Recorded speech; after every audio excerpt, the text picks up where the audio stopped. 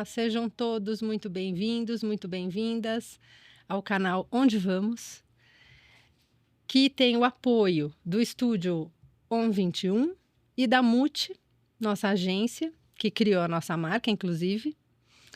E hoje estamos recebendo a ilustre presença do Gilson Schwartz, como você falou, Schwartz, porque daí tem o... Fica fluido, né? É mais fluido. É mais fluido. Preferência pela liquidez. E o lado economista, né, Gilson? Gilson, muito obrigada pela sua presença. O convite é uma honra estar aqui presente e compartilhar com você, com o pessoal que acompanha o canal, as novidades aí nos caminhos, né? Para onde o digital está nos levando. Né? Pois é. Vamos falar muito sobre isso hoje. Antes, siga o nosso canal, curta, compartilhe e deixe seus comentários. Se você está gostando, se você quer sugerir alguma entrevista, faça críticas também, elas são muito bem-vindas. Eu vou contar um pouco para vocês primeiro. Vou tentar selecionar aqui, porque olha, a carreira do Gilson, ela é de cair o queixo. O Gilson tem graduação em Economia e Ciências Sociais pela USP, fez mestrado e doutorado na Unicamp, pós-doutorado como professor visitante do Núcleo de Pesquisa em Relações Internacionais, que é o NUPRI da USP, e no Instituto de Estudos Avançados, também da USP, e é livre-docente em Economia do Audiovisual pela ECA. E agora vai se candidatar a uma vaga de professor titular, é isso, Gilson? Como dizia o Vicente Mateus, quem está na chuva é para se queimar. Bom, há 20 anos já na ECA, você criou 3 disciplinas, né? Economia da Informação e Novas Mídias, na pós. Introdução à Economia, nós já vamos falar para vocês muito sobre a economia, esse assunto é interessantíssimo. Economia do Audiovisual Internacional também, né? E produção de games. E produção de games, essa eu não achei. Produção de games, que é também um assunto da economia, aí, dos jogos e da economia também, né? Sim, sim. Além da ECA, você é professora há 13 anos da FEFELESH, né? A Faculdade de Filosofia, Letras e Ciências Humanas da USP. Então, a multi e a transdisciplinaridade fazem parte da sua vida acadêmica e também da carreira, né, Gilson? Totalmente. Porque você, por 24 anos, colaborou com o jornal A Folha de São Paulo, foi articulista, editorialista e analista econômico do jornal. Também participou da criação do projeto da Época Negócios, uma revista muito importante da Editora Globo, que hoje está só na versão digital. Fui da equipe que montou o projeto e foi a primeira coluna assim, impressa da economia, foi na Época Negócios. Isso em 2007. 2007. Vamos ver, olha só. E aí na carreira profissional, no mercado, vamos dizer assim, né? No mercado. Na área de economia, finanças e também de comunicação digital, você foi economista-chefe do Bank Boston. Sob a batuta do Henrique Meirelles. Assessor da presidência do BNDES. Batuta do Guido Manter. Consultor do BNB. Sim. Do BID, da Caixa Econômica Federal, Bradesco, conselheiro do grupo Brazilian Finance and Real Estate. Eu estou contando tudo isso para vocês, porque aí vocês vão entender por que nós vamos chegar na economia. É fundamental a gente entender toda essa trajetória do Gilson, porque não é por acaso que nós vamos entrar na pauta de hoje, né? Tem também aqui, eu acho que vale destacar, Gilson, que você criou em 99, após uma seleção por concurso público, no Instituto de Estudos Avançados da USP, um grupo de pesquisa chamado Cidade do Conhecimento, né? E o projeto recebeu, inclusive, uma distinção Top 30 da Development Gateway Foundation, né?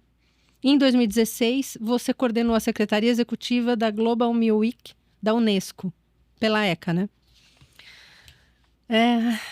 Bom, gente, tem muita coisa. Eu vou parar por aqui, o currículo não termina aí, mas daqui a pouco a gente volta em alguns projetos, porque eles vão ter relação com a nossa pauta. Daqui a pouco ele vai contar pra gente sobre o barracão de zinco da USP. Nós não vamos pular o barracão de zinco, vamos até cantar esse samba aqui. Mas vamos entrar na nossa pauta principal aqui, que é a criação da moeda social. Na verdade, é um projeto que não nasceu agora, né? Mas aí que você criou a economia, nós já vamos entrar na economia, mas é uma plataforma do quilombo inteligente, né? E que a ideia é que ajude a financiar o desenvolvimento de carreira intelectual de jovens em situação de risco, principalmente os quilombolas, né? E a moeda não é o real, é o Pix for Peace. Adorei esse nome. E por meio de 2 jogos, né? Eles tratam de questões relacionadas à comunidade sob risco, e o tema, né, das disciplinas são a justiça e sustentabilidade ambiental. E aí o formato escolhido, um é um jogo de cartas e o outro é um videogame. E aí você consegue se aproximar também dessa geração, né? Aí você tem um jogo de cartas, você tem um videogame e tem um terceiro ambiente que ele é digital, mas ele não é um jogo, ele é uma esfera de discussão sobre, afinal, o que é ser quilombo, ou ser quilombola, ou quilombar, e como que as 3 atividades são todas interativas, estão associadas aí, então, a uma carteira, né? Wallet, uma carteira digital com moedas no celular. Conforme ele vai participando dos games, vai pontuando nos games, nesses É um ambientes virtuais, aplicativo. é um aplicativo, uma carteira digital com a moeda da paz, né? Nós estamos começando com a moeda da paz, que é Peace Coin, e já, conforme circular o jogo da justiça, que é o jogo de cartas, aí nós vamos estimular a criação de uma moeda da justiça. A gente começar essa quilombagem, né, que é uma forma de educação popular com inteligência artificial, e, enfim, é a vanguarda da tecnologia com a retaguarda, né, ou as áreas mais vulneráveis que estão ficando para trás. Retaguarda, né, retaguarda é importante, eles não são a retaguarda, na verdade são setores da sociedade que estão sendo levados a um nível de exclusão que coloca em risco o próprio projeto nacional, né, de desenvolvimento. Então, bom, mas aí a gente já está entrando, né, na discussão qual é a relação entre educação popular e desenvolvimento sustentável, né? Sim. Mas como é que a tecnologia pode juntar? O Quilombo Inteligente é uma provocação, é um projeto, na verdade também é mais um edital, esse no caso da Agência Universitaire de la Francophonie, a UF, para projetos piloto com inovação pedagógica. Então aí entra, entre outras inovações pedagógicas, esse uso de uma moeda digital, uma criptomoeda, e no final tudo vira também um grande jogo de educação financeira, de educação previdenciária, de educação para o empreendedorismo, para a economia, etc. E os projetos, eu vou chamar de projetos, não sei se está certo, mas a ideia é oferecer para os quilombolas, né, os caminhos para realizar projetos de liderança na produção cultural, assistência à pesquisa qualitativa, achei isso muito interessante, gestão de empresas locais de turismo e serviços de apoio à iniciativa de produção ambiental, promoção de direitos sociais, design de jogos e aí outros produtos Sim. do audiovisual, né? O pessoal brinca às vezes comigo que é um pós-keynesianismo digital. Ou seja, ele preserva vários elementos da teoria keynesiana, precisamente pós-keynesiana, só que o digital, ele realmente revoluciona as condições de geração de emprego e renda e investimento. Então, é uma revisão macro a partir de uma nova fundamentação micro. Só que não no sentido das expectativas racionais, e sim na direção de uma modelagem muito mais criativa do próprio processo de desenvolvimento econômico, que passa pela formação. Então, é interessante que toda essa plataforma está sendo construída a partir do Instituto de Estudos Avançados, não é um curso. Não é um curso, precisa ficar bem claro, porque o IEA não oferece curso, quem oferece o curso é a Faculdade de Direito, de Economia, assim por diante. É um ambiente de motivação e mobilização com orientação profissionalizante, é para gerar emprego e renda com a fronteira do digital. no momento em que predomina que essa fronteira do digital está eliminando empregos. Então, como é que você faz um keynesianismo? Sem emprego e renda, a inteligência artificial vai ficar o quê? Como naquele filme, né? Sim. AI. Vai ficar tudo com energia solar funcionando eternamente, só tem máquina. Um planeta com máquinas. Tá lindo, maravilhoso. Sim, tudo Pra ninguém ver. funciona Tudo funciona. conforme a máquina acha que tem que funcionar, inclusive. Ela aprende, né? Então É. ela vai aprendendo com os próprios erros. Oh, não funcionou X vezes. Então está errado. Não precisa alguém ir lá reclamar no serviço de atendimento ao cliente. Olha, não tá, caiu a luz. Não, ela já vai ter uma inteligência para todos os processos. Esse é o caminho.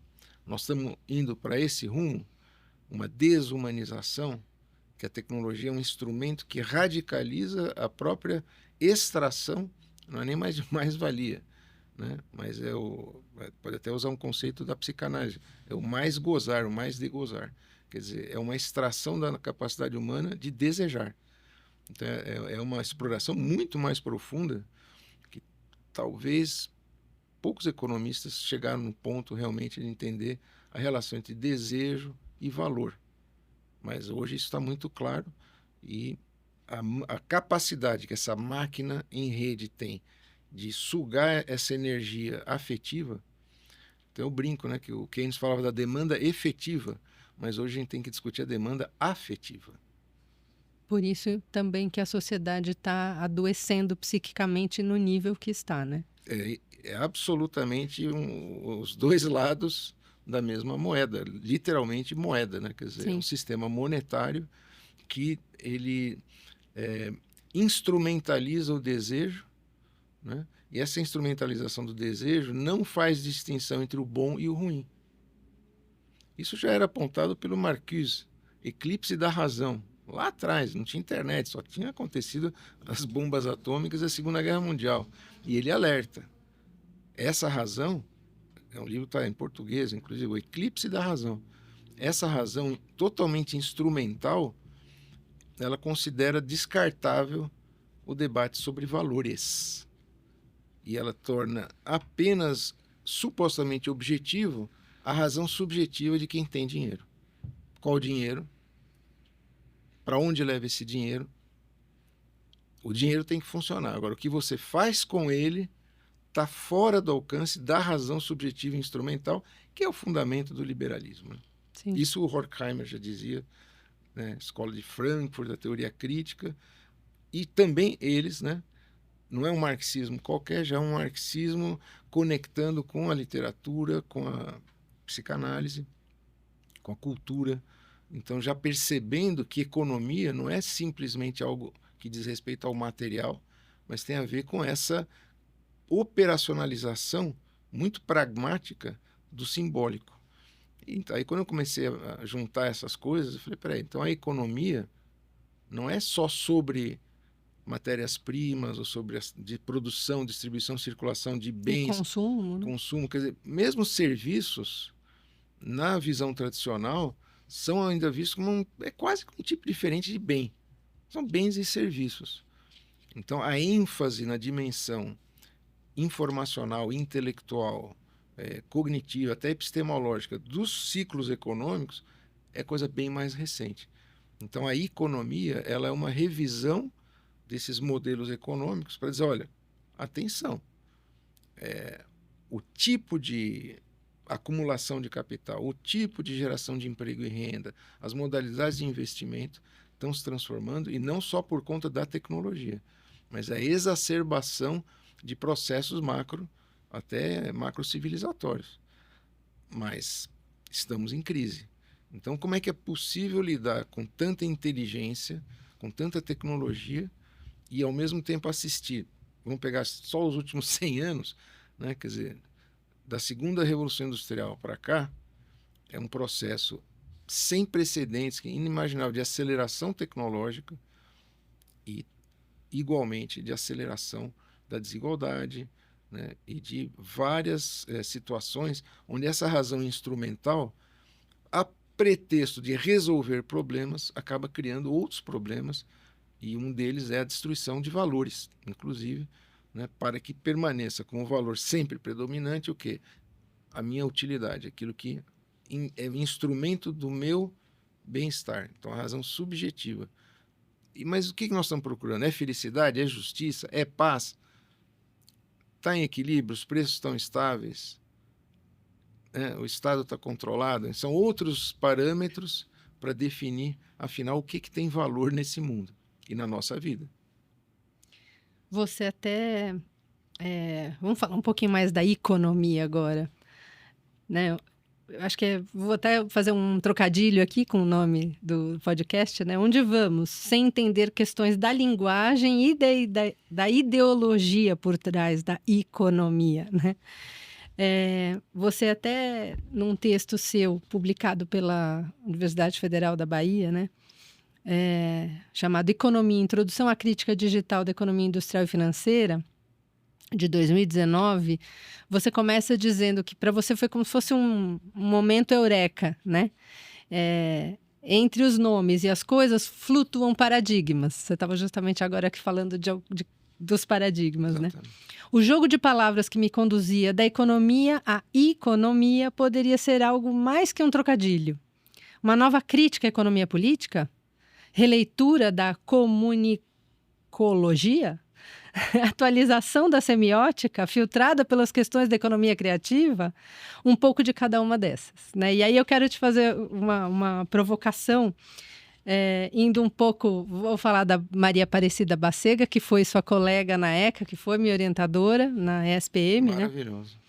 O Jesus Martim Barbeiro introduz o livro dela de 98, que é o Comunicação e Linguagem, Discursos e Ciência, né? Então, ele diz que e todos bebem de Bakhtin.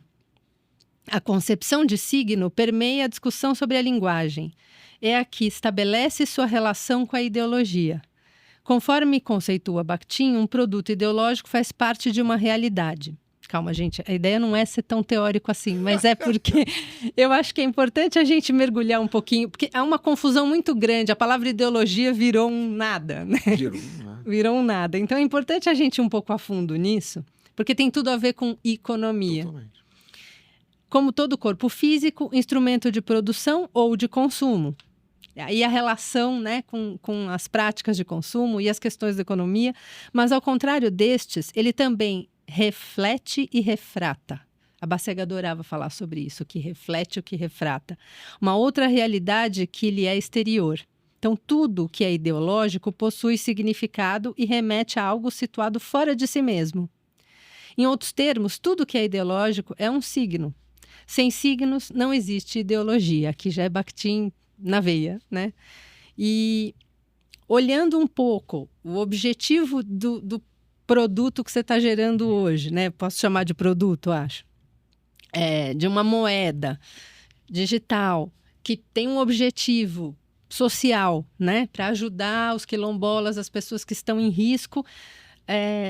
Economia, então, aqui demonstra a sua ideologia explícita, né? Você está quebrando paradigmas, tentando compreender todas essas mudanças e transformações que a gente vem passando de forma muito acelerada em muito pouco tempo, né, Gilson? Acho que poucas vezes, acho que nunca na história da humanidade foi uma... Eu sei que também, agora que eu vou ser um pouco Caxias com relação a questões acadêmicas. A gente não pode ficar usando à torta e à direita a palavra revolução, né? Bom, tem isso também. Mas eu acho que agora, passados já...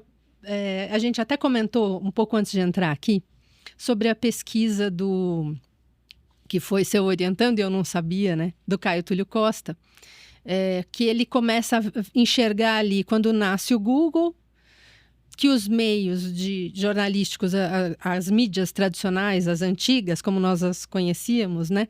Elas perdem o poder de distribuição do seu próprio produto, que é um produto caro de ser financiado, não é um produto barato, o bom jornalismo, né? Acho muito importante a gente sempre reforçar isso, né? Só que quando essa indústria perde totalmente o controle de distribuição do seu produto por meio do Google, né? Todo mundo aqui hoje vai lá, dá um Google, lê as notícias e não paga por isso, né? Só complementando, não só as notícias. Bom, você é mais jovem, mas eu sou do tempo lá em que a gente ia buscar jornal de charrete na estação de trem. E o trem parava, trazia aquele jornal que tinha uma grossura desse tamanho. Uma parte, sim, era notícia, era jornalismo, mas a grande parte chamava-se classificados. Tem, inclusive, um poema do Carlos Drummond de Andrade, em que ele vai listando títulos de classificados. É? Um poema lindíssimo. Eu acho que eu não conheço É esse. muito interessante. Era assim, e não só no Brasil. New York Times era assim. Muito jornalismo, mas muitos classificados. Hoje isso se chama Google. Então os jornais são assim. E alguns até têm ainda um pouco de jornalismo lá. Vamos só para fechar aqui essa questão da ideologia. Eu acho que é importante a gente entrar um pouco nesse tema, mas depois vamos entrar nas questões mais de mercado mesmo, mercado. do mundo editorial, né? Bom, a questão do signo, você falou desse momento eureka, né? Realmente, eu gosto muito de ciência, sempre gostei de história da ciência. E, enfim, fui muito educado numa tradição de valorização do trabalho intelectual e também da crítica. Então, ciência, tecnologia, desde criança é um negócio que eu acho realmente fascinante. Então, claro, você fica naquela... Você tem que ter o panteão, né? Dos momentos eureka da humanidade. Olha, o cara inventou isso, olha, aquele cara inventou aquilo. A maçã de Newton. Né? São coisas, são momentos que você vê que, poxa, dá até para acreditar que o ser humano evolui, porque ele vai resolvendo questões, ele vai de fato descobrindo. Então, você falou de revolução, né? Quer dizer, o Thomas Kuhn, por exemplo, escreve a estrutura das revoluções científicas. Gente, não é marketing, nem fake news. Houve revoluções científicas e houve revoluções políticas, sociais e artísticas e assim por diante. Quer dizer, a história não é um fio linear, né, e monocromático e monotemático. É uma coisa de uma complexidade e que realmente em várias dimensões acontecem revoluções. E aí vem a discussão, mas o que é uma revolução? O digital é uma revolução? Muita gente cantou em prosa e verso. Logo no início, né? Logo no início, a revolução digital. Esse momento eureka, que eu sempre fiquei, poxa, seria incrível, né, descobrir alguma coisa. Pô, não estou em medicina, não estou em biologia, como é que laboratório que eu vou usar para descobrir uma solução ou um fenômeno novo, observar uma coisa... Não é geneticista, né? Né? Quer dizer, como é que eu vou, como economista, né? Só que a economia realmente, com a revolução digital, vamos nos permitir usar o termo revolução digital, é uma quebra de paradigma. Então isso é muito o que o Thomas Kuhn fala. Revoluções científicas acontecem quando a ciência normal entra em crise e surge um novo paradigma. E claro que a evolução da física é o exemplo principal de todo mundo que estuda a história da ciência e tudo mais. O meu momento eureka, ele vem, eu acho que também, dessa predisposição científica no sentido mais fundamental da ciência, na visão positivista, que é o amor à evidência empírica. Mas isso é ideologia? Tá, é um amor, é uma inclinação a dizer, olha, eu sei que tem um monte de signos dizendo para onde vai o mundo, né? Desde o amarelo, o vermelho e verde até signos mais complexos. Nós estamos povoados de costumes e tradições codificadas que dizem para onde devemos ir, onde não devemos ir, está tudo codificado. Mas, de fato, quando ocorre essa quebra de paradigma, né, alguma coisa muito fundamental deve ser alterada, e não pela imaginação do pesquisador ou do cientista. Porque se você quer fazer ciência, tem que ter evidência empírica. Os antipositivistas que me desculpem, né, mas é a realidade. Ah, bom, a realidade é complexa, não dá para chegar na realidade sem um simbólico. É verdade. Mas no caso da economia, esse momento eureka foi exatamente isso. Foi uma evidência. Eu simplesmente olhei no sentido não só físico, mas, digamos, um olhar, talvez um olhar crítico, um olhar para o fenômeno mesmo, não já querendo ver a causa por trás. Deixa eu entender esse fenômeno. Deixa eu olhar essa tela que está na minha frente. Então é uma coisa quase que você se retira da realidade, mas para num recorte que você fez, entrar mais fundo nessa realidade. E a realidade é o digital. Então, metaforicamente, o que aconteceu? Eu estava sentado, olhando para uma tela, pensando sobre essas várias questões. De repente, eu falei, mas espera aí. Tudo que eu estou fazendo passa por esses ícones. E clica o ícone daqui, clica o ícone de lá. Eu falei, poxa, então é mais uma economia, uma butade, um trocadilho, uma brincadeira. Eu falei, pô, mas é uma boa sacada. Então, o que eu fiz? Eu botei a palavra economia no Google. E aí é que veio o momento eureka, porque não existia a palavra economia. E na hora eu fiquei arrepiado. Eu falei, não é possível. Como assim? Uma palavra que o Google não conhece? Tive essa experiência recentemente, coisa de 2 anos atrás, que eu botei economia no ChatGPT. E ele também não conhecia. Então você vê que nós estamos cercados por uma rede, né, que nos simula um conhecimento da realidade, mas que na verdade é uma síntese muito particular de processamento de dados que estão armazenados de uma forma muito particular. A inovação, por exemplo, uma palavra que nunca foi usada, não está lá, não está lá. Bom, quando eu vi aquilo, eu falei, não, peraí, vou escrever um paper, não vou registrar no INPI, primeiro que vai demorar anos para ser reconhecido, e no final não vai servir para nada. Na minha presunção científica, eu falei, ó, é um novo paradigma, então eu vou escrever um paper. E para deixar a coisa assim, bem no estilo dos clássicos, né, da economia política e tal, dei esse nome pomposo para o paper, Princípios de Economia, baseado nos grandes tratados, né? Princípios de Economia. E mandei para a Compós. Ah, foi para a Compós o primeiro? Foi para a Compós, né? E, para minha surpresa, foi publicado em 2006, vai fazer 20 anos, em português, na E-Compós. Passaram-se alguns anos, um belo dia eu estou lá em Paris, um congresso, algum que eu fui lá, fui à Biblioteca Nacional da França, maravilhosa, fui bem atendido, ela falou, quer fazer um teste aqui do nosso mecanismo de busca da biblioteca? Eu falei, vamos fazer. Ela falou, dá uma palavra. Eu falei, economia. Ela botou economia, pá, 3 livros. Eu falei, como assim? 3 livros? Ela falou, 2 estão aqui na biblioteca, o terceiro vai ser lançado semana que vem, e não chegou o exemplar, a gente só tem está cadastrado.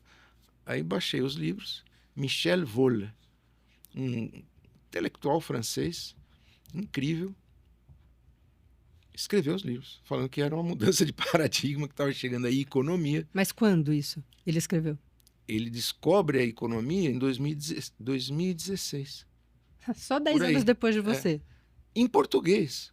Aí eu falei, bom, estou em Paris, não, né? Mandei um e-mail para o Michel Volle. Michel, aí ele falou, não, inclusive está na Wikipedia. Abri a Wikipedia, economia, tinham feito, então, esse verbete. Economia é um neologismo criado pelo economista brasileiro Gilson Schwartz, em francês, a partir de um paper que foi publicado em 2006 em português. Eu achei sensacional, fui tomar um café com ele. Aí ele falou, nós criamos aqui o Instituto de Economia de Paris. Eu falei, como assim? Você está convidado a participar. Tá, maravilha. E aí, bom, aí é toda uma outra história que começa com, bom, então a economia, vamos dizer, entre aspas, hein, pegou. Porque teve outro livro que saiu, já saiu um outro na Austrália. Então, você tem o começa... Terry Smith também, né? O Terry Smith, que publicou um livro. Então, pessoas vindo de outras áreas, da arquitetura, da semiótica, né? Então, aí eu acho que é interessante olhar e falar, puxa, eu mesmo não sei ainda também o que é economia, porque é uma coisa real. Então, é real. Não é que é real. É o que você falou, quer dizer, é ideológico? É mais uma teoria? Bem, há uma evidência, que eu digo, é uma evidência empírica, de que nós estamos nos orientando por signos digitais, né, por representações materiais de uma complexidade também sem precedentes, né, e com essa complexidade a gente ainda está aprendendo. A gente não sabe o quanto a inteligência artificial aprende com a gente e o quanto a gente aprende com ela.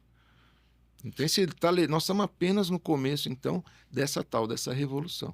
E como dizia a Bacega, que reflete e refrata o tempo todo. O tempo todo. O ambiente digital, o ambiente físico. Agora a inteligência artificial, a inteligência humana, né? A grande sacada da Bacega e de vários com que ela trabalhou e que estão até aí hoje, é perceber essa conexão essencial, quase que ontológica, assim, da natureza da realidade, não da realidade, né? que comunicação é inseparável de educação. Porque toda comunicação é aprendizagem. Senão ela é o quê? Ou ela é monólogo, ou ela é uma ditadura. Tanto é que a Bacega não gostava muito do termo educomunicação. Ela falava, porque por princípio, você primeiro comunica. Se você não comunica, você não educa. Então, primeiro tem que ser comunicação, depois a educação. Eu até, para brincar com a turma da Educomunicação, né, que somos colegas lá na ECA, aí eu introduzi, a partir de 2010, observando quais são os ícones, né, e os processos de criação de ícones predominantes na sociedade, que é um assunto vastíssimo, mas olhando principalmente para o que estava chegando, olhei e vi o quê? Games. Aí eu brinquei e falei, então agora nós estamos num processo de edugamificação. Porque, de fato, é um processo de comunicação que pressupõe você ter um letramento, uma educação em jogos. Você tem que saber jogar. E não é... E aí vem toda uma discussão. Que jogo é esse? Aí é uma outra discussão. Mas eu digo, é um fenômeno em que a educação está se transformando junto com a comunicação. E esse jogo entre educação e comunicação, por enquanto, ele não está nem definido, nem decidido. É uma crise. As universidades não sabem mais como funcionar, né? Os jovens, né, que são os termômetros mais importantes, estão nem aí para fazer vestibular e tudo mais, né? Quer dizer, há uma educação online, né, para muitas coisas. Eu, por exemplo, sempre fui um péssimo cozinheiro. Hoje eu já me considero um cozinheiro entre fraco e mediano. Por quê? YouTube. Tem sempre algum vídeo de alguém ensinando a fazer, né? Qualquer coisa. Eu quero um frango com laranja e cebola. Pronto. Eu já fiz um bacalhau na Páscoa maravilhoso que eu aprendi no YouTube. E eu demorei, porque eu sou velho. Eu falei, poxa, aí comecei a perceber, não, peraí, todo mundo olha, né? E faz muito bem, né? Bom, aí você percebe que essa revolução na informação, ela cria outros mercados. Não apenas destrói, mas ela cria outros. Então, falando da parte alimentar, por exemplo, que é uma coisa material, o que a gente come, pode ser muito transformado pelos hábitos de acesso à informação sobre, por exemplo, preparar a sua própria comida. Agora, aí começam os mercados, mas será que o mercado de comida pré-processada ou ultraprocessada vai gostar dessa ideia? Então, você vê que o signo, a passagem pelo signo, ela está impregnada de interesses, está impregnada de ideologia, que é exatamente o que você falou. Não, em tudo. Em tudo. Passa necessariamente por um processo de refração, reflexão, codificação e decodificação. E eu tenho uma preocupação muito grande, porque nesse cenário todo, de fato, nós criamos um fosso que separa as pessoas que têm a literacia para o mundo digital. Às vezes não é nem só literacia. Algumas não têm acesso aos aparelhos, aos devices, mas não têm literacia. E, de outro lado, você tem uma camada muito grande, falando aí de Brasil, né, da população brasileira, que também não tem acesso ao ambiente digital. Aí muita gente fala, mas como não? Tem 2 celulares por habitante no Brasil. E aí eu convido as pessoas a acessarem o seu celular, né, um celular de qualidade, como é o caso do meu, na Vila Brasilândia, aqui em São Paulo, na zona noroeste de São Paulo, está o quê? 6 quilômetros numa linha reta do centro da cidade. Tem lugares em que a internet é G. É G. Não é 5G, 4G, 3G, 2G, é G. Né? E aí você teve uma pandemia onde fica todo mundo trancado, e aí as crianças tinham que estudar online. E aí, claro, o meu filho conseguiu, mais ou menos. Aí teve outros problemas com relação ao estudo online. Mas ele tinha um computador para estudar online e ele tinha internet em casa para isso. E ele podia se fechar no quarto dele para estudar. Já era um adolescente, não era uma criança pequena, né? Mas aí a gente tem o fosso que separa as pessoas em situação de vulnerabilidade, onde é na escola que elas se alimentam, é na escola, é o uniforme da escola com o qual elas se vestem, né? E a única caminho que elas teriam condições estruturais para passar por um processo de aprendizagem seria com a professora, com os livros da escola, as apostilhas e os cadernos. Aí elas ficam trancadas em casa, a mãe tem que emprestar o celular, aí não tem internet, né? E aí esse fosso vai só aumentando. Então daí vem não só a pertinência, mas a necessidade, a urgência de projetos como esse que você está propondo, né? Esse projeto ele nasce de uma iniciativa de professores lá da USP, também o pessoal da equipe técnica do Instituto de Estudos Brasileiros, que começou a se reunir na época do metaverso. Então foi uma onda, né? É. Metaverso, até que o Facebook virou meta e não se usa tanto o metaverso, tal, mas o metaverso existe. E de fato, durante a pandemia, um pouco antes, durante e no período já chamado pós-pandemia, vamos dizer, os últimos 5 anos, e não é nada. 5 anos não é nada, mas foi uma aceleração em várias trilhas, vamos dizer, de desenvolvimento dessa infraestrutura, da tecnologia e dos softwares que são necessários para você navegar nesse metaverso, nesse universo, que é um universo, porque a palavra meta, o prefixo meta realmente é muito interessante, né? Então o metaverso ele é de fato uma capacidade de organizar o material a partir de códigos que são imateriais. Ou você tem acesso ao código imaterial, a esse letramento ou literacia, né, uma alfabetização num nível de complexidade bem maior. Então você já está ruim na alfabetização do beabá, na aritmética, no básico. Imagina, comparar quem voa de jatinho e quem vai de jegue.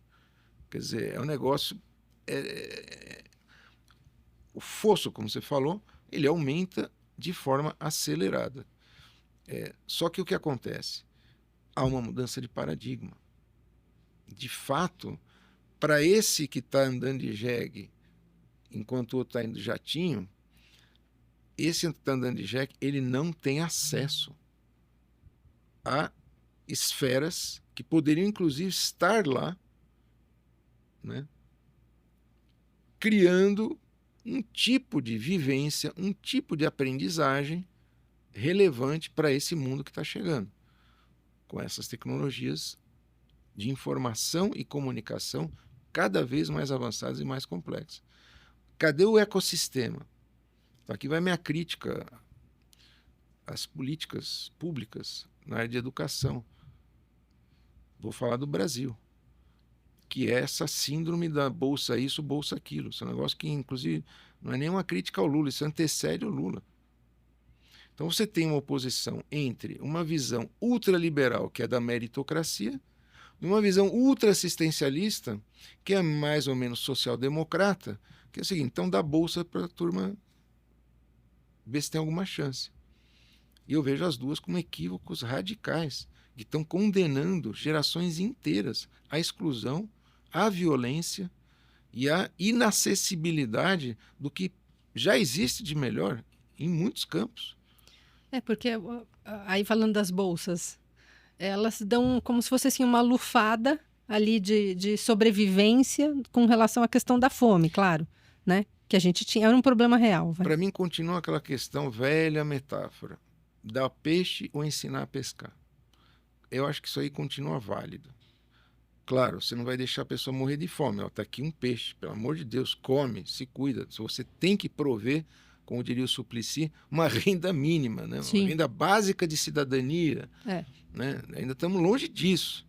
Agora, nesse contexto de mudança de paradigma, de revoluções tecnológicas, dar o peixe e não dizer, olha, agora não é mais vara de pescar, agora é um óculos X3B12, ou é um código, é um robô, você está condenando esse indivíduo que recebe o peixe a ser um consumidor do peixe digital, mas não a ser alguém capacitado a gerar renda, emprego e até mesmo signos, eu diria, porque é uma capacidade de se defender num mundo todo ele organizado e mediado por essas significações. Bom, então ele também tem que ter um letramento mais complexo. Então, renda, né, emprego, renda, e saber codificar e decodificar o que é para refletir, o que é para deixar passar, quer dizer, filtrar, né, saber filtrar. Nós estamos vendo que nada disso está acontecendo e há um contraponto radical idiota entre meritocracia e assistencialismo. Então, o projeto Quilombo Inteligente, obviamente está aí para polêmica, né? Mas ele também tem essa missão, digamos assim, de alertar que se você não cria um ecossistema para que aquela criatividade, aquela força produtiva mental gere um outro país, não adianta ficar distribuindo bolsinhas disso ou daquilo. Isso vale para os excluídos e vale para os incluídos, porque na USP, por exemplo, também tem muitas bolsas. E é claro, é melhor do que não ter, é evidente. Bolsas dos mais variados tipos, aumentou o ICMS, todo mundo fica feliz que vai ter mais bolsas. Mas, bom, eu dou aula já há algum tempo, né? Comecei a dar aula, sei lá, quase 50 anos que eu dou aula. Bolsa, nossa, todo mundo quer uma bolsa. Eu tive bolsa de iniciação científica, bolsa de mestrado, bolsa de doutorado e pós-doutorado. Até hoje, estou sempre correndo atrás dos editais. Sou contratado, mas a gente vai atrás de editais com recursos, bolsas para os alunos e assim por diante. Mas, será que essa bolsa ou esses auxílios não são, no final das contas, apenas um subsídio à repetição do mesmo? Dos mesmos procedimentos, né, das mesmas metodologias. Então, eu acho que há uma crise nesse sistema de bolsas. Como tantas outras políticas de bem-estar social, elas estão sendo comidas pela erosão fiscal do próprio Estado, no Brasil e em muitos países. Então, você vai perdendo as bolsas, você vai contendo as bolsas. Né? Conforme a crise piora, esses cortes se aprofundam sob a condição de virar uma condição de melhora do ambiente macroeconômico. Algum dia, como dizia o Keynes, né, no longo prazo estaremos todos mortos. E no curto prazo você vai cortando e transforma, de fato, digamos que eu estou chamando da bolsa, o peixe, num instrumento populista, num instrumento eleitoreiro, né, numa troca de favores instrumental. Ou seja, você volta para a política que, no final das contas, não é diferente da violência. Porque, no fundo, você está dizendo, olha, eu te dou aqui um peixinho, eu já estou esperando que você vai votar em mim. Afinal, olha quantos peixes eu já não te dei. Isso à direita e à esquerda, isso o Horkheimer já dizia lá atrás, falando de nazismo, falando de fascismo, falando de liberalismo. Nem meritocracia, nem assistencialismo. Emancipação. Essa é a proposta que vem, digamos assim, do melhor iluminismo, uma das melhores cabeças que a gente pode dizer que refletiram sobre sair das trevas, do mistério, né, e entrar numa organização social autoconsciente, onde as pessoas têm capacidade de tomar decisão. Agora, sem letramento, tudo isso é anulado numa só falta de condições, tudo isso é anulado. Você não tem o letramento. Então, o Brasil, eu estou acompanhando isso então já há 25 anos na USP, na questão da chamada inclusão digital. É isso, indicadores incríveis de acesso ao consumo, na lógica de uma razão subjetiva, utilitarista, que vai dizer, ó, você vai virar uma celebridade, entra aí, Zé Mané, entra aí, Dona Maria, vai lá que vai empreender no digital. Mas é um ecossistema montado por uma razão muito mais forte que controla os oligopólios que sugam esses desejos de populações inteiras. Como é que você vai mexer com isso? Eu acho que o papel da universidade, ao lidar com essa tríade, né, quer dizer, cultura, tecnologia e economia, o papel da universidade é inventar novas formas, inclusive de razão, né, e ir além da razão puramente instrumental. A razão emancipatória pressupõe que a qualidade do debate, a qualidade da informação, da comunicação, o acesso, não só o acesso à tecnologia, mas o acesso aos valores, aos critérios, né, de governança, né, que permeiam qualquer estrutura organizacional, seja tecnológica, seja o comitê de bairro, o coletivo, o artístico, assim por diante. Tudo vai sendo desaprendido, então é uma desaprendizagem cívica, não apenas falta de letramento digital, mas é uma desaprendizagem do que seria esfera pública, o que seria interesse público, o que é paz, o que é justiça. Que diferença faz? Se a coisa funciona para mim, se tem ditadura ou não tem, dá licença, eu estou aqui cuidando do meu. Isso é o que nós estamos vivendo. Por isso que a violência e o adoecimento mental, atingem níveis de pandemia, embora a pandemia do vírus tenha passado, mas ela agravou essa outra e gerou níveis de dependência tecnológica que não são emancipatórios, ao contrário, são escravizantes. Então a gente acaba escravo da tecnologia, quando a gente deveria ser não só o senhor da tecnologia, mas entender que essa inteligência, antes de ser artificial, ela é coletiva. Aliás, uma expressão que caiu em desuso, mas já foi mais bem cotada, né, do Pierre Levy, inteligência coletiva. Sem o coletivo, não há artifício que funcione, a não ser que seja um artifício para destruir o coletivo. E um dos fenômenos também que está totalmente interligado ao que você até comentou um pouquinho antes aqui, a gente está vendo como resultado, como sintoma de tudo isso, uma precarização do trabalho absurda. Claro, a gente já teve escravidão no nosso país, já teve escravidão, né? As colônias escravizavam várias regiões do mundo, mas parecia que nós vínhamos num processo civilizatório para melhorar as qualidades do trabalhador e da trabalhadora, né? Então, a minha pergunta, fazendo a brincadeira aqui, é onde vamos chegar se mantivermos essa velocidade da precarização do trabalho? Aí eu queria conversar com você sobre essa questão dos aplicativos, né?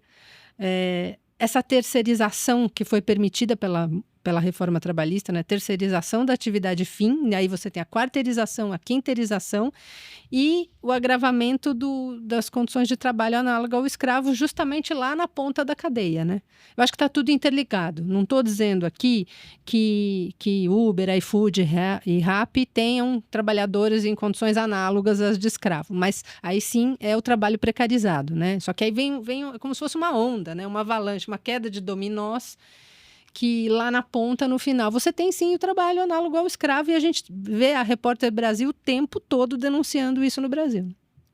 Tem essa questão do trabalho escravo, que é realmente um tema importante. Mas e o trabalho da mulher em casa não é escravo? Não é remunerado.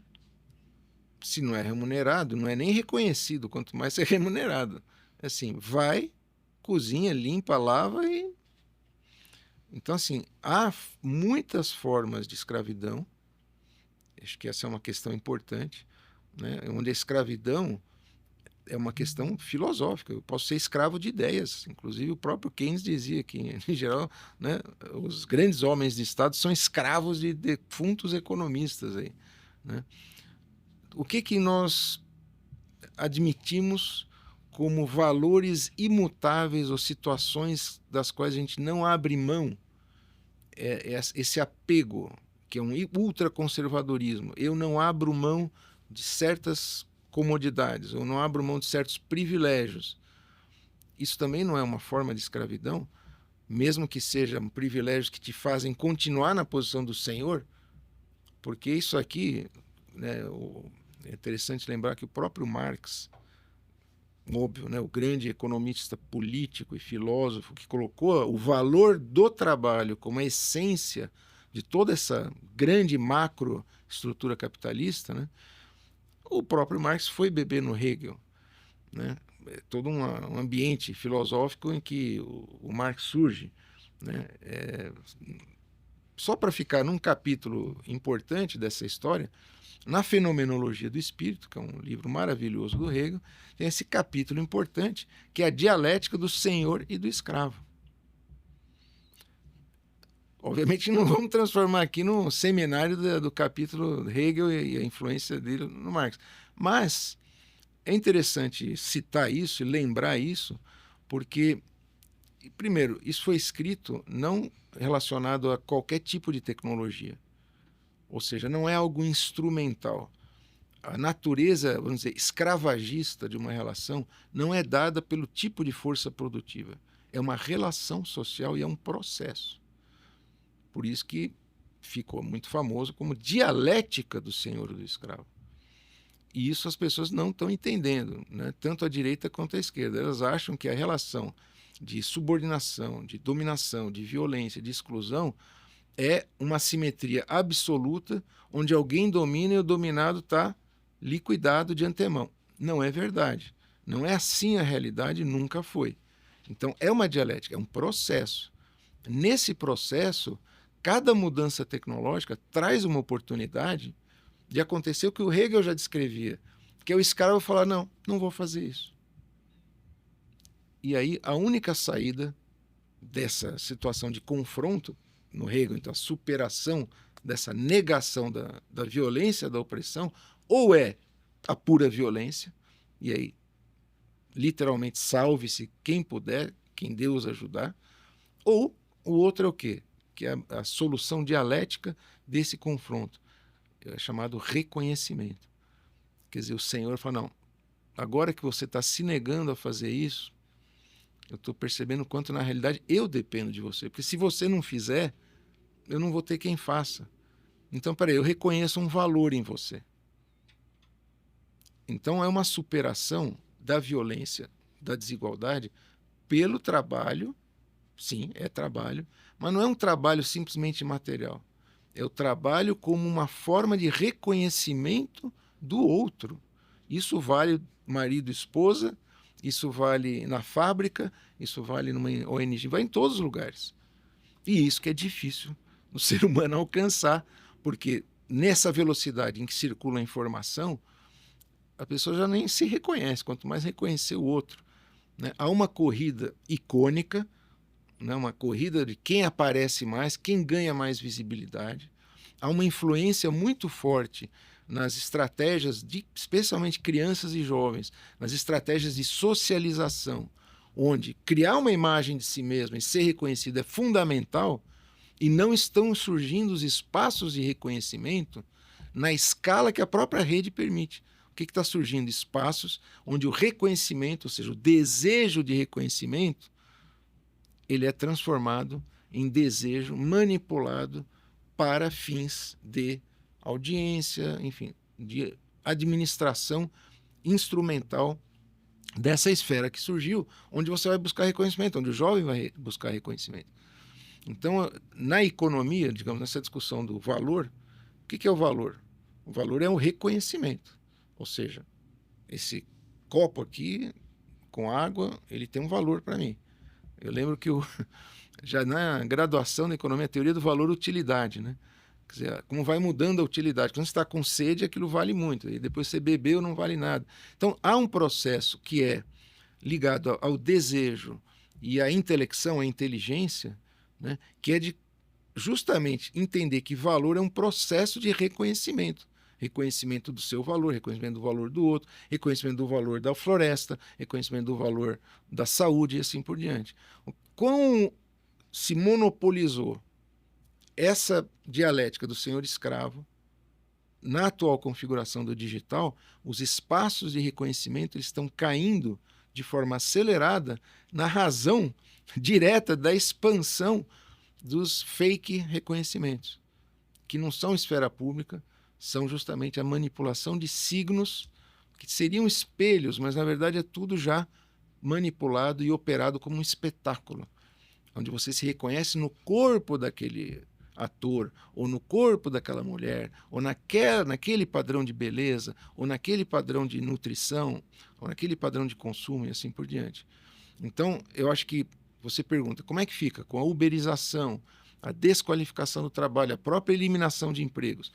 É preciso reconstruir as cadeias de valor que geram emprego, renda e identidade com políticas de reconhecimento. Então, todo o que o pessoal da meritocracia critica muito, né? Políticas de cotas e identitarismo e tal, talvez haja algum exagero, né, em alguns momentos, mas o fato é que há um sinal importante de novos tempos aqui.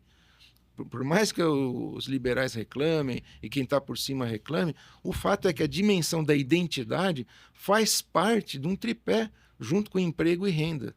Portanto, mesmo na teoria política contemporânea, o reconhecimento e políticas públicas de reconhecimento, novas formas de reconhecimento, são a base para novas cadeias de valor, a base para novas formas de emprego, novas formas de cooperação, de solução de problemas que não passam necessariamente pelo real, pelo dólar, pelo ien ou pelo euro.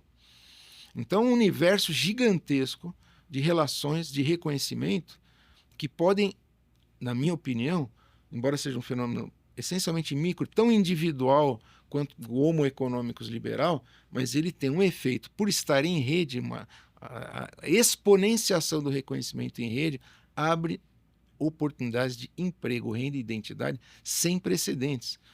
E isso que ainda o pessoal não sacou, eles acham que só vai destruir emprego, só vai destruir renda. De fato, muita coisa está sendo varrida para o lixo da história, porque a máquina faz, né? O robô faz.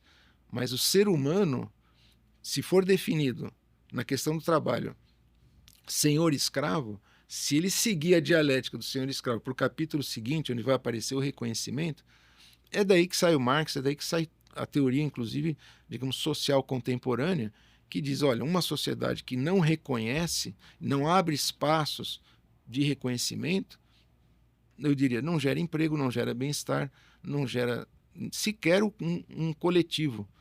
Né? Como é que você vai reconhecer no coletivo? A não ser nas versões populistas e fascistas, onde o reconhecimento ele é justamente manipulado, né? E é transformado numa ideologia de supressão do desejo individual em nome de uma representação suposta do desejo da massa ou da maioria. Né? Então, acho que aí tem armadilhas que são coletivas, mas a tecnologia da rede, ela abre um pouco. O Manuel Castells já falava isso, ele falava isso claramente. Ele diz, olha, a rede é um processo onde é possível que se desenvolvam novas relações. Ela não é simplesmente algo que você usa como uma ferramenta. O Manuel Castells ele tem essa frase aqui no volume 1 da Sociedade em Rede, eu uso na minha sala de aulas. Olha o que o Castells está dizendo. Ele está dizendo que isso não é um instrumento. Portanto, é preciso olhar para a rede, é preciso olhar para o digital, para a internet, não como um instrumento, ou só como um instrumento. O instrumento é sempre a razão instrumental, mas como uma nova esfera de reconhecimento.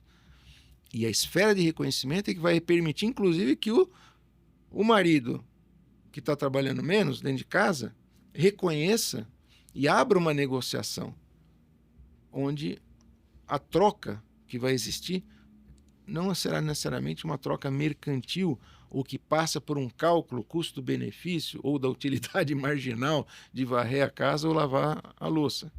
Mas são outros códigos, outro letramento que tem a ver com a emancipação, com a felicidade, com o desejo, com a paz, com a justiça, coisas que nem sempre são bem traduzidas em dólares, euros e reais.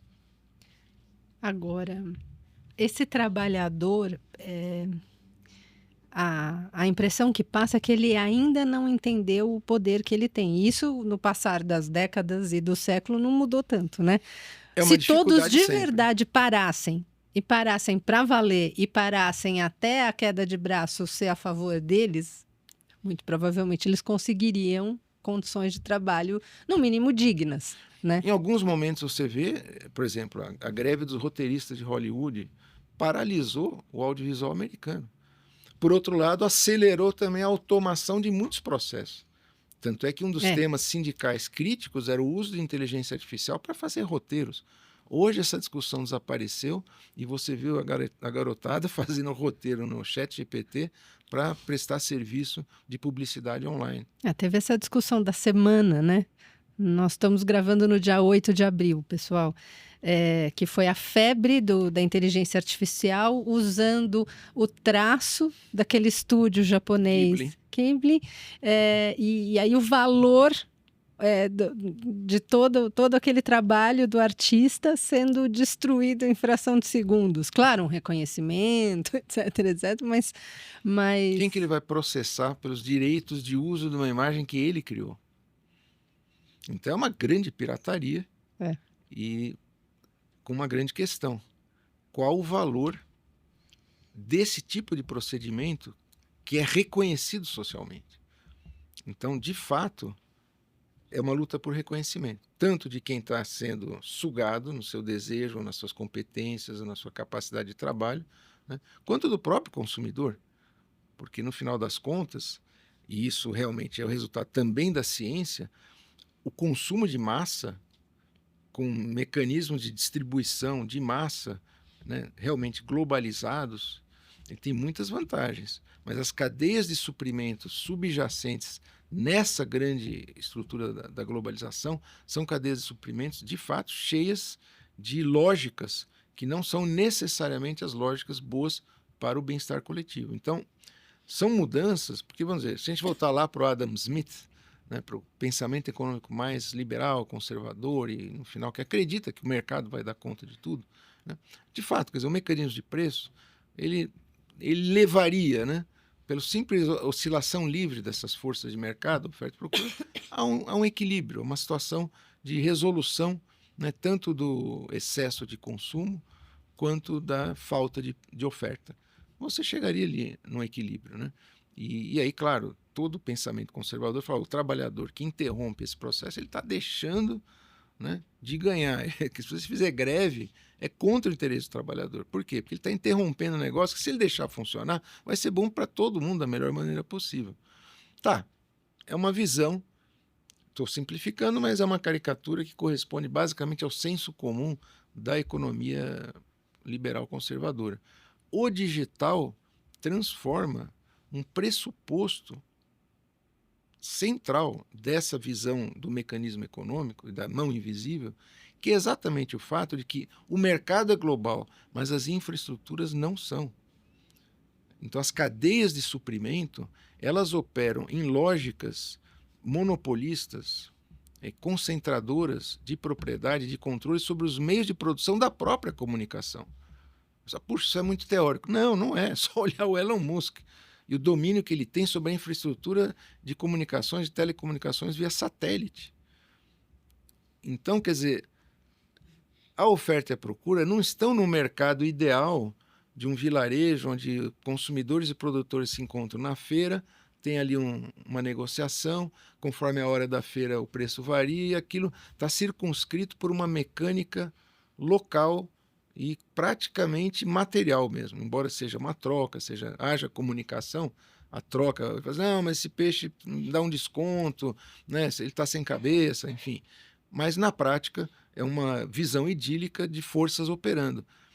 Na era digital, por mais que você possa imaginar que há, sem dúvida, oferta e procura por aplicativos, por games, por produtos, por serviços, o fato é que a infraestrutura tecnológica está concentrada. E essa é a questão geopolítica central, por exemplo, na guerra entre Estados Unidos e China, nesse campo. É o domínio sobre a capacidade de concentrar bases de dados gigantescas, populacionais, que é a única condição realmente de matéria-prima para a inteligência artificial, que todo mundo acha que é o software. Não. Para que a inteligência artificial avance, você tem que ter o energia, processamento, né? Além da energia, o processamento de dados. O pessoal diz, os dados são o petróleo do século XXI. Então a China, claro, com aquela população, ela desenvolve, né, com uma rapidez incrível, né, com uma, duas empresas ou com um cluster organizado com políticas tecnológicas, ela cria inteligência artificial a uma fração do custo dos americanos. Mas os americanos são monopolistas.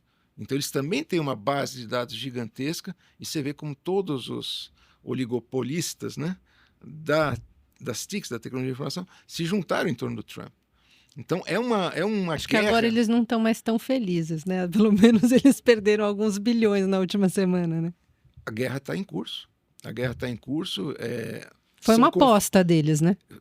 Eu acho que não tinha escolha, porque, de fato, é uma geopolítica onde a concentração de bases de dados é condição para a evolução dessa inteligência. Porque é só processando essas massas de dados e gastando bastante energia, né, que você vai evoluir, digamos assim, como um ser humano inteligente, usando inteligência artificial, etc. Vai gerar empregos e tudo mais. Então é uma briga, no fundo, por controle de água também, petróleo, energia, mas é uma briga mundial, uma guerra mundial pela concentração de massas de dados, de bases de dados, a partir das quais se dão essas novas formas de dominação, de valorização, de precificação, ou seja, inclusive de geração de emprego, de geração de renda, geração de identidades, né? Então a gente está vendo uma guerra que está em curso, tanto no campo de batalha, mesmo assim lá, com uso intensivo de tecnologia de informação e comunicação, o drone está sendo operado fora do território, né? Quer dizer, você não tem aquelas imagens de soldados voltando né, em sacos pretos e aquela comoção que foi a Guerra do Vietnã, porque a visibilidade da guerra trazia uma reação da sociedade civil. Hoje é drone, né? Então você tem uma inteligência, uma capacidade de ataque que depende do quê? Tem um satélite girando ali na hora em órbita baixa para poder fazer operação milimétrica de precisão. Você vai soltar um pequeno míssil que vai atingir uma bomba, uma bombinha, mas que vai destruir aquele quarto, naquele prédio onde está, por sua inteligência, enfim. Foi assim que mataram o líder do Hamas no solo estrangeiro, né? Várias situações de guerra, né? A Folha publicou recentemente também a questão dos drones na guerra da Ucrânia e tudo mais. Então, assim, existe uma possibilidade de reconhecimento, né? Mas ela também pressupõe uma certa liberdade e uma certa diversidade, uma certa democratização de acesso às infraestruturas. Se você não tem, fica muito complicado ser livre num lugar onde você não controla nada dessa máquina inteligente. Então, essa inteligência é para quem?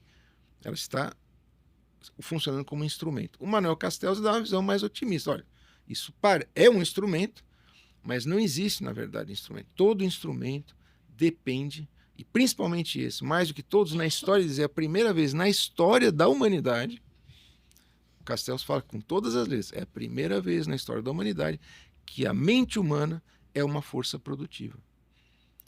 Isso é fantástico. Então, se ela é uma força produtiva, isso quer dizer que não é o fim do trabalho, mas é, de fato, um ecossistema necessário para que a mente seja produtiva.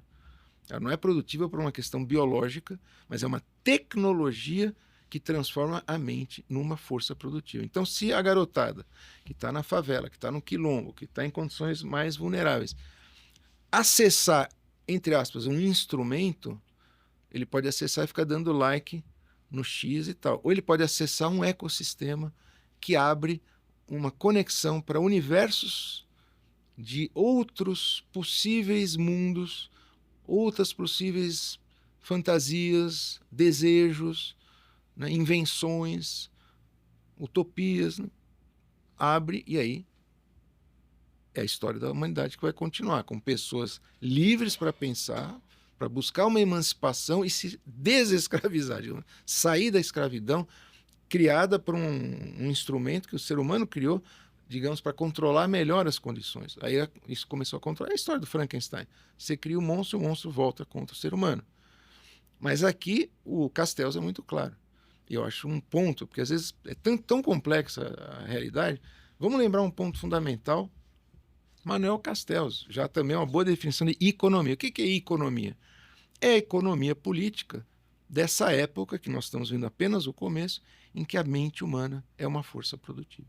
Portanto, a capacidade de imaginar, de fantasiar, de codificar e decodificar, comunicar, ela é a chave da teoria do valor. Não é mais a utilidade em si, não é o quanto de trabalho, de energia, tudo isso permanece, só que é realmente uma mudança de paradigma em que o comando do processo, né, ele é essencialmente uma tecnologia que funciona de acordo com o que a mente é capaz de programar, desde que ela programe, desde que ela tenha o letramento para isso, senão ela vai ser programada.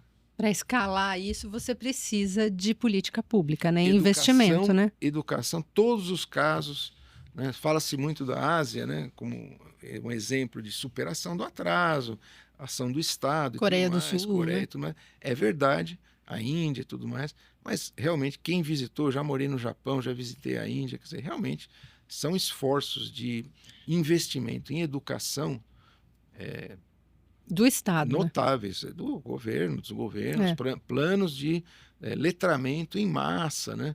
Inclusive não só nos países, quer dizer, vai para o Ocidente, isso desde o século XIX, o Japão já fazia isso, o Japão moderno foi todo erguido em cima de basicamente samurais que foram estudar fora e voltaram e fizeram um outro Japão, né? Por bem e para o mal, mas de qualquer maneira superaram um nível de atraso em que em um determinado momento o Japão era mais atrasado que o Brasil. Aproveitando o gancho, você está assistindo essa entrevista, assista também a que nós fizemos com o Elias Jabbour e o embaixador Fausto Godoy, 2 especialistas em China, né? Eles viveram momentos distintos na China, um como um diplomata, e o Elias como pesquisador em economia. E aí eles trazem para a gente também um panorama fascinante do que é a China. Então, não perca essa entrevista. Voltando aqui com o Gilson, eu gostei muito porque você traz uma perspectiva positiva, não é apocalíptica. Não é apocalíptica. Porque é difícil, né? A gente está vivendo uma realidade, temos visto fatos que nos levam a deprimir, né? Porque eles são apocalípticos. O que a gente está vendo hoje, com essas guerras todas, eu fico chocada com a questão de Gaza pelo seguinte: eu acho que na história também da humanidade a gente nunca viu o genocídio na palma da mão em tempo real, como a gente está vendo, né? E é curioso que parece que tem uma certa anestesia na sociedade, assim, você vê pouca gente assustada com isso, né? Porque na Segunda Guerra, depois que acaba a Segunda Guerra, quando a sociedade passa a ter conhecimento do que aconteceu no Holocausto, nos campos de concentração, em Auschwitz, câmaras de gás, pilhas de sapatinho de criança, a sociedade ficou horrorizada, né? Houve um choque ali, as pessoas... Parecia que o lado humano da sociedade estava vivo, e hoje a impressão que dá é que não está, né? Parece até que essa questão do digital, como é tudo distante, né? E como você pode estar vendo um game, como você pode estar vendo um vídeo em tempo real da guerra, parece que é tudo, tá na tela, é tudo a mesma coisa, e não é, né? Nós não estamos falando da mesma coisa. Não só com relação à guerra, com relação a praticamente todos os problemas. Hoje você tem ecoansiedade, por exemplo, entre as crianças, porque os desastres, né, as tempestades, os deslizamentos, os incêndios, são proporções realmente apocalípticas, catastróficas e apocalípticas. Então, isso já foi diagnosticado entre crianças e jovens, ecoansiedade. Eu participo de uma rede internacional que é Games for Change, que trabalha muito gamificação com a criançada, isso também é parte do Quilombo Inteligente. Trazer o game design como um campo de atividades e de profissionalização emergente para novos empregos e novas políticas públicas também, né? Então, na gamificação, isso fica claro, né? Existe uma possibilidade de algo positivo, né? Agora, a Games for Change, nesse momento, a gente está, inclusive, com um chamado aberto até o dia 18 de abril, um desafio para os estudantes, ensino médio, universitários. Cria um jogo, cria um game que fale da ecoansiedade, porque é um tema global, né? Então, violência, fome, ambiente, saúde mental, nutrição, está tudo em desarranjo, né? E você vê que aonde que você encontra, né, um espaço, um ecossistema que não seja de polarização desses confrontos. É o que o Schopenhauer fala da queda do céu, né? Você não tem esse céu que eu interpreto como a nossa capacidade de imaginar, né, de fantasiar. Ah, mas a realidade não tem nada a ver com isso. Sim, mas se você toma o que é dado como algo que é imutável, então a tua capacidade de ação é tão limitada que é mais confortável buscar uma anestesia, né, fazer como os Simpsons, corre para a sala, para o sofá da sala, liga a televisão e fica ali se idiotizando. A tecnologia de comunicação que a gente tem hoje, muitas vezes ele torna o próximo distante e o distante próximo. Então, quantas vezes já não fui em restaurante que está a família toda na mesa, pai, mãe, 2 filhos, cada um com seu celular ou tablet. Aí você olha e fala assim, zero interação da família. O que cada um está vendo? Notícias da guerra, que está distante, mas está mais perto dele do que o filho que está sentado ali do lado. Então, conceitos como convivência, família, presença, território, local, diversidade, eles vão se perdendo. Paz, justiça, vai se perdendo. Em função do quê? De você estar com um instrumento que funciona e que qualquer coisa você clicou no ícone, ele funciona. Então, essa revisão do digital não é um antidigital, mas é uma contextualização onde aquele instrumento tem que ser entendido como um processo numa visão de processo que reconhece que o processo só é sustentável se houver reconhecimento, inclusive dentro da família. Então, eu falei da questão do trabalho dentro de um casal, mas assim, a incapacidade de diálogo dentro de uma família por conta, por exemplo, do celular. Baniu o celular das escolas. Bom, mas baniu da mesa do restaurante? Não. Então, na escola não pode, hein? Agora, aqui na família você vai ficar... Voltou da escola, você nem olha, nem sabe mais. Sua mãe, seu pai... O que é isso? Virou um autômato que vai do celular para a mesa, volta... Grandes problemas hoje de saúde mental devido a essa temporalidade instrumental que faz as pessoas perderem de vista conceitos fundamentais. Amizade, família, não amigo do Facebook. A rede social física, né? A rede real. Não a rede digital, né? Ou, quer dizer, uma rede digital onde de fato você está construindo um reconhecimento e não apenas um espelhamento manipulado, por uma agência que está a serviço dos interesses de audiência, por exemplo. Então, ele vai direcionar os conteúdos para instigar, tudo, como a gente sabe, são algoritmos programados. É aquela ideia muito básica. Programe ou seja programado. E até entender essa questão do algoritmo é fundamental, né? Devia ser disciplina escolar. Assim como aprender o que é a nossa Constituição, para que ela serve, a estrutura básica dela, a questão do algoritmo tem que entrar agora em matéria escolar, em várias etapas, né? Em vários momentos ali do... Por isso que eu gosto dos games como um objeto complexo, e que está na realidade da criançada. E a gente fala game... Claro, você está falando game no ambiente digital, mas o jogo, ele faz parte da humanidade há séculos, né? A lógica do jogo, a brincadeira, o suspense, enfim, pode ser vários tipos de jogo, né? O jogo de linguagem. Quer dizer, o jogo de linguagem já é um conceito filosófico também, mas é para mostrar que o significado das coisas tem a ver com esse processo que ocorre na comunicação. Portanto, o valor da relação não é dado de antemão, ele tem que ser colocado em jogo. Esse colocar em jogo é superar a relação senhor e escravo, ou seja, aceitar que não necessariamente a verdade é aquilo que atende à razão instrumental da sua subjetividade, mas permita reconhecer no outro uma identidade, inclusive, diferente da sua, ou necessidades diferentes da sua, e respeitar, não é só dizer, reconheço. Bom, então você abre mão da sua fortuna, você aceita tributar um pouco do seu patrimônio para que aquele lá que não tem nada tenha mais? Aí começa realmente a prática mostrar que às vezes não é jogo, não. Às vezes o cara prefere, não, ninguém mexe no meu, e tem muito pobre aí, sobe o muro, bota PM na rua, e se o cara é bandido, mata, porque lugar de bandido é morto. É bandido mesmo. Morto. Bandido bom, bandido morto. E o seu patrimônio aí que você está acumulando? Não, veja bem. Isso aqui. Aí no game mérito, ele vai querer o botão para explodir. Acaba o jogo, né? Acaba o jogo. Game over. Game over. A gente não tinha programado falar sobre isso, mas já que você trouxe algumas questões aqui, você assistiu a série Adolescência? Bom, tá todo mundo aprendendo, né? Observando, aprendendo.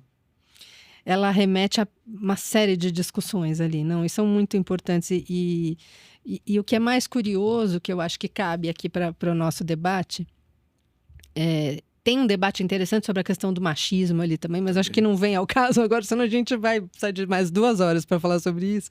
Mas essa questão, assim, você vê que é uma família, não é uma família disfuncional.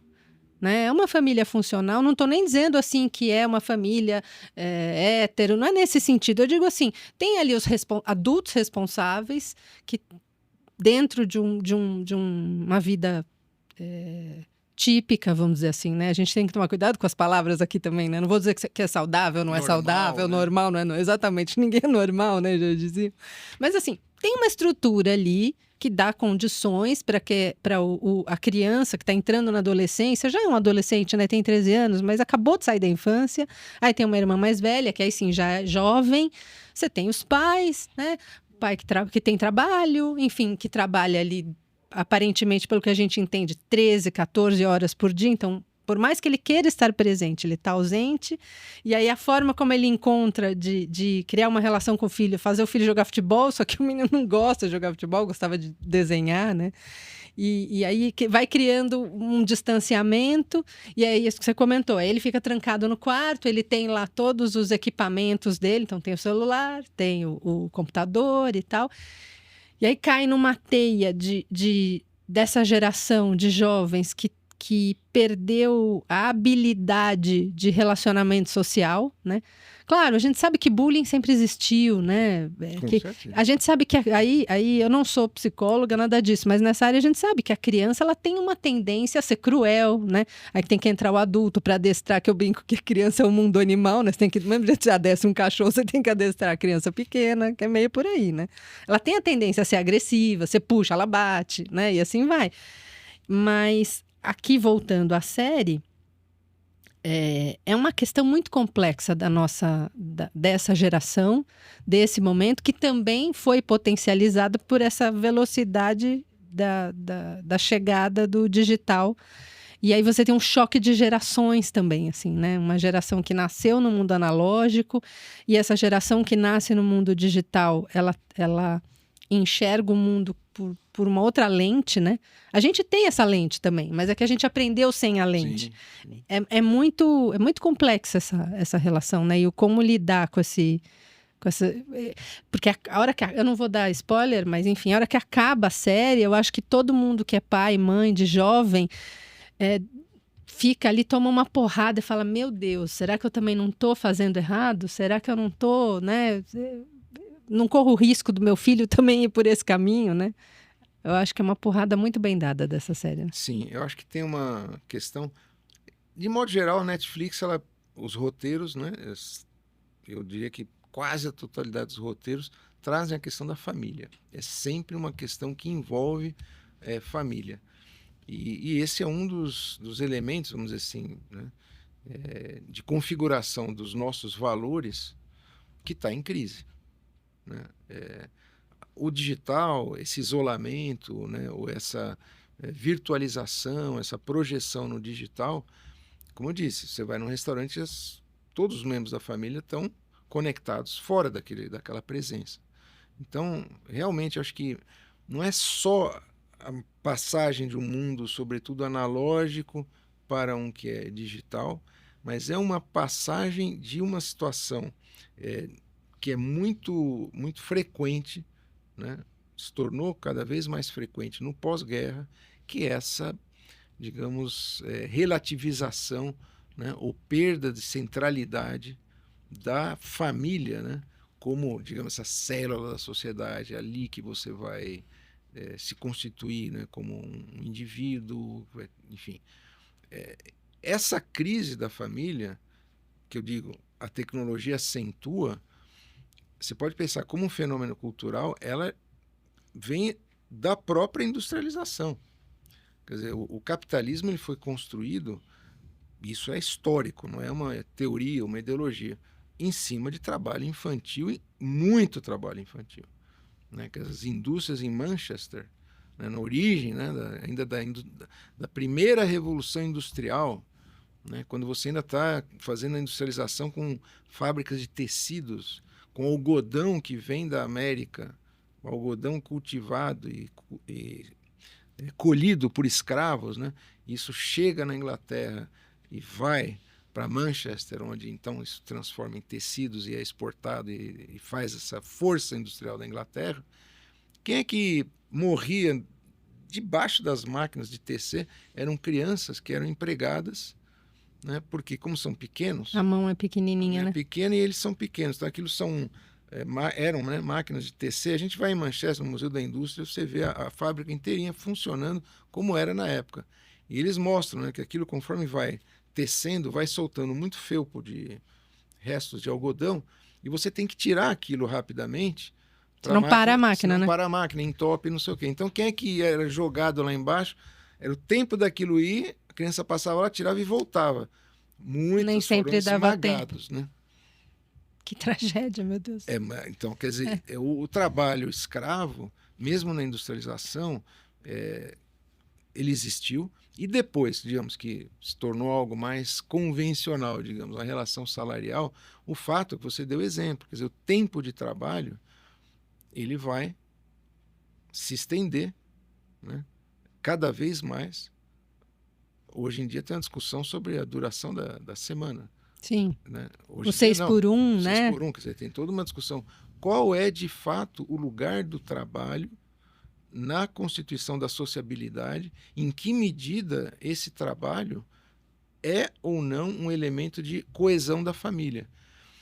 Eu acho que a gente tem muitos exemplos, né, no Brasil e em outros países, em que a urbanização, né, vilas operárias, toda essa segmentação da sociedade no território que é organizado para o trabalho, ele projeta um ideal de família, um ideal de convivência, que ele é totalmente imposto e que ele, no final das contas, é uma sobreposição do trabalho, da busca pela sobrevivência sobre o desejo. É uma anulação do desejo. E essa lógica da fábrica, ela se espalha pela sociedade. Então, mesmo que você não seja o filho do operário, mas a lógica do processo industrial, ela se espalha. Né? Ela se espalha e o que seria, digamos, a divisão social e de gênero do trabalho, né, implica aí sim no pós-guerra uma entrada massiva das mulheres na força de trabalho. Isso as estatísticas demonstram a exaustão. Né? Quer dizer, são transformações em que a lógica industrial e da geração de emprego ela vai destruindo os padrões tradicionais de família. Né? Então, e aí, como é que fica isso? Qual é o modelo de produção em rede que possa valorizar não a família reunida na mesa com celular, mas outras formas de socialização em que talvez a família nem seja mais essa célula mãe, né, da sociabilidade. A internet ela já está mostrando isso. Para o lado ruim. A pergunta é, e para um lado bom? Mas É eu possível acho... criar outro tipo de solidariedade, outro tipo de famílias mesmo? Era isso que eu queria comentar. Não necessariamente a gente precisa falar da família heteronormativa, tradicional, eu ia falar marca, né? De pote de Mas margarina. é uma marca, É um é modelo, uma associação de é um imagem. modelo que a gente conhece, mas existem mil outras formas de família. Você pode ter amigos, né, que são a sua família. Você pode, enfim, ter um filho que não é seu dentro de casa, mas você cuida como se fosse, e assim vai, né? Ou E também pode não ter filhos, né? E pode ser a expressão, então, da solidariedade, alguém que não é, digamos, da sua família, mas é que é da sua família como ser humano, e fala, eu vou fazer uma doação porque eu quero ajudar uma pessoa, não tem impostos, o sistema está quebrado, não tem... Eu vou fazer uma doação, por exemplo. Então, a rede, ela permite também novas formas de solidariedade. O quanto que isso é exercitado? Eu acho que a invenção de novas formas de socialização é um potencial enorme das redes, e com inteligência artificial. Veja, hoje em dia, se você entrar no Facebook para anunciar alguma coisa, você entra lá na área de anúncios, isso vale para Instagram, vale para um monte de aplicativos de social media, de mídia social. Você tem um painel onde você pode refinar, né, o target, né, a audiência, alvo que você quer para aquele seu conteúdo. Ok, então essa tecnologia está instrumentalizada para você vender um conteúdo, ele vai... Né, essas empresas vivem muito desse direcionamento da publicidade. Mas a capacidade de direcionamento ela pode funcionar para outras coisas. Como é que você poderia, por exemplo, direcionar para projetos solidários, projetos comunitários, projetos de preservação da vizinhança, projetos de estímulo à convivência não digital, projetos de estímulo à convivência entre idades, quer dizer, nós estamos falando do projeto Quilômetro Inteligente, que são basicamente crianças, jovens e adolescentes, 14 a 24 anos. Mas quem é que vai falar com eles? Não poderia ter um sistema de rede social em que você tem um padrinho? E não estou falando só de dinheiro, quer dizer, o sujeito vai ter que troca de enfrentar conhecimento. troca de conhecimento, troca, contação de histórias. Tanto o mais velho pode interagir com o mais novo, quanto vice-versa.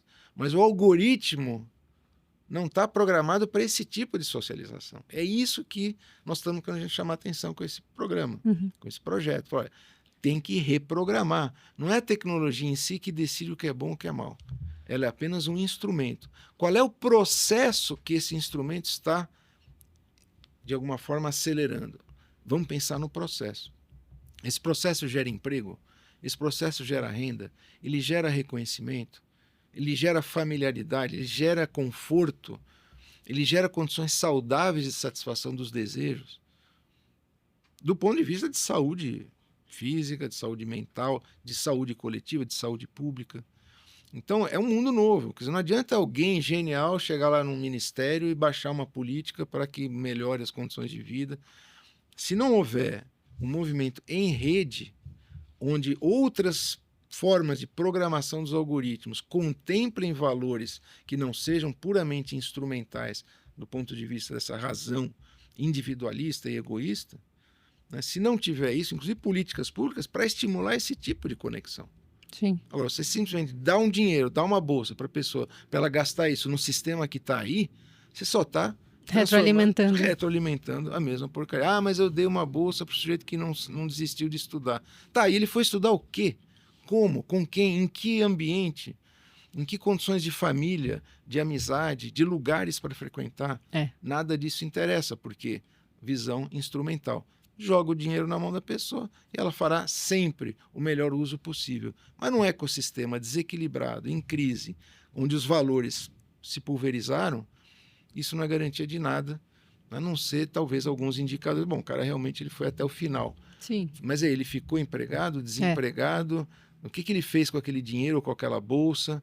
Isso aí pouco se discute, essa transformação de valores. Não existe essa pesquisa do pós, né? Não existe a pesquisa do pós, e quando ela existe, ela está orientada a buscar as métricas que correspondem aos indicadores que já foram pré-selecionados. Sim. Então ela vai dizer se aquilo foi atendido e aquilo que não foi projetado está fora, né, da métrica, portanto está fora da visibilidade. É uma outra discussão, né? Ícone. As estatísticas, nem vamos entrar nisso. O papel das estatísticas é na criação desses ícones, né? A gente poderia discutir até metas inflacionárias, né? Sim. Quer dizer, qual é o papel das metas inflacionárias do ponto de vista semiótico e não simplesmente técnico, se eles estão coibindo a oferta ou procura de crédito ou de demanda por bens e serviços. Mas o que isso funciona na cabeça, né? Essa força produtiva mental do sujeito que está no sistema financeiro. Então, economia é isso também, quer dizer, levar sempre em consideração que o padrão de conexão gera processos que sem as redes não existiam. Então, enquanto não tiver políticas públicas desenhadas para um universo de redes, dificilmente a gente vai resolver as questões, porque você está usando um instrumento que também já não tem aquela eficácia e está sob ataque. Então não põe mais verba para a saúde, não põe mais verba, deixa que as pessoas escolham. Gilson, nós vamos ter que caminhar agora para o encerramento, mas eu já estou vendo aqui muitos outros assuntos, espero que você volte. Obrigado. Que aí a gente vai trazer essas outras pautas, mas eu não posso encerrar sem contar para vocês que o Gilson tem uma outra iniciativa, aí sim, física, onde as pessoas se encontram, que é a Casinha da Vila Madalena, né? Eu tive o prazer de assistir, foi fantástico aquele dia. Foi feito a caixinha de música quebrada, né? Pelos músicos do Teatro Oficina, e eles tocaram algumas músicas do nosso querido maestro, pouco valorizado, Villa-Lobos. Foi uma experiência espetacular. A presença do Mário de Andrade ali também, né? Se materializou ali. Sim. O Mário de Andrade, incrível. O ator que interpretou o Mário de Andrade lendo textos publicados na Folha da Tarde, não é isso? Isso, daquela época. Nossa, foi realmente uma experiência fantástica. Então, se você está em São Paulo, se você vier a São Paulo, procure no Instagram casinha.da.vila.madalena, que aí vai ter toda a programação lá. Vale a pena mesmo. O que é essa Casinha da Vila? Bom, primeiro, fisicamente, é onde a gente decidiu fazer a sede do Instituto de Economia, porque começaram a surgir projetos, né? E antes mesmo, quer dizer, por exemplo, Games for Change, esse projeto que é de usar games em projetos educacionais, em ações, em políticas públicas, que é um projeto que foi, nos últimos 15 anos, conduzido como uma atividade minha dentro da USP, com reuniões, eventos e tudo mais. A gente agora é o spin-off, como se diz, né? Então, foi incubado dentro da USP, mas cresceu, né, uma proporção, inclusive internacional. A gente falou, não, tem que ter uma sede própria, né? E aí, então, o Instituto de Economia, que já está com sede em Paris, falou, vamos juntar tudo, vamos criar um lugar que é uma sede do Instituto de Economia, mas é também um espaço, um laboratório de economia criativa, um laboratório de moedas, né, criativas que vão circular por lá. E a experiência, nisso que a gente está falando, como é que eu crio um outro padrão, né, no meio do digital, sem abandonar o digital? Bom, primeira coisa, de fato, a gente precisa reaprender a nos reconhecer como corpos, que é muito digital, né? E o Quilombo Inteligente, que está com mais de 100 inscritos, o que nós estamos orientando, né, motivando, procurando vamos engajar essa garotada toda, é crie o seu espaço. Mas não é um blog, não é, pode ser um blog, mas que ele esteja vinculado a uma vivência do espaço-tempo real, empírico, concreto, do lugar onde você mora. Está inserido, né? Onde você está inserido. Com a sua comunidade. Porque aí a conexão do que a sua imaginação com aquela realidade pode transformar a realidade. Então, a Casinha da Vila, ela é um laboratório, é meio um exemplo de uma ação que eu considero uma ação criativa, não só de resistência aos males da civilização tecnológica, mas vamos nos engajar e testar. Por exemplo, será que tem viabilidade, um lugar para atender 20, 30 pessoas para ouvir uma música ao vivo, com atores? Então a gente está fazendo solos de teatro, música, também palestras, e ali é o que a gente imagina que possa se multiplicar, né? São espaços de acesso a essa economia, ou seja, onde circulam valores que usam o melhor do digital, mas para emancipar, não para escravizar. Você vê, curioso, foi uma experiência, uma imersão na música de Villa-Lobos tão à flor da pele, que eu não me mexi e não peguei meu celular e não fiz nenhuma foto e nem fiz nenhum vídeo. Ainda bem que você estava filmando tudo, porque tem que ficar o registro histórico. Mas é isso, a experiência tinha que ser vivida ali, sem ser por inteiro, né? Atravessando uma tela, né? Exatamente. Senão não é a experiência completa. Exato. Senão você tira a sua atenção, né? Você para de mergulhar ali na música, nos atores, nos músicos, e aí de repente você para ficar vendo se a imagem tá boa, se o enquadramento na tela do celular tá perfeito, e não é isso, né? E é uma relação com a imaginação que envolve o corpo, envolve a presença física, e eu acho que isso é um critério fundamental.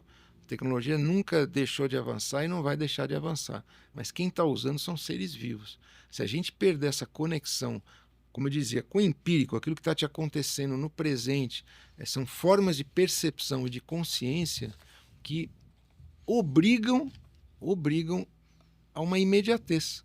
Mas é uma imediatez que só tem valor se ela ocorre num contexto, né? Se ela não tem contexto, ela é alienação. Mas no contexto, você até esquece do celular, porque você está vivendo alguma coisa que você reconhece que tem valor. Então, como treinar as crianças para reconhecer valor no que existe e no que precisa ser resolvido, e não só no que é uma manipulação de um ícone que, na prática, às vezes está promovendo o oposto daquilo que está sendo propagandeado. Gilson, então vamos encerrar. Agradeço muito a aula, sua presença aqui no Estúdio One 21. E temos hoje a plateia aqui, o Charles e o Luiz estão nos assistindo. E eu acho que vamos convidar todos vamos nos reprogramar, né? Precisamos nos reprogramar e saber que é a mente humana, que é a força produtiva, como dizia Castells e como nos ensinou aqui hoje o Gilson. Muito obrigada. Muito obrigado. Obrigada à audiência que ficou conosco até agora. Espero que vocês tenham gostado, como nós gostamos também.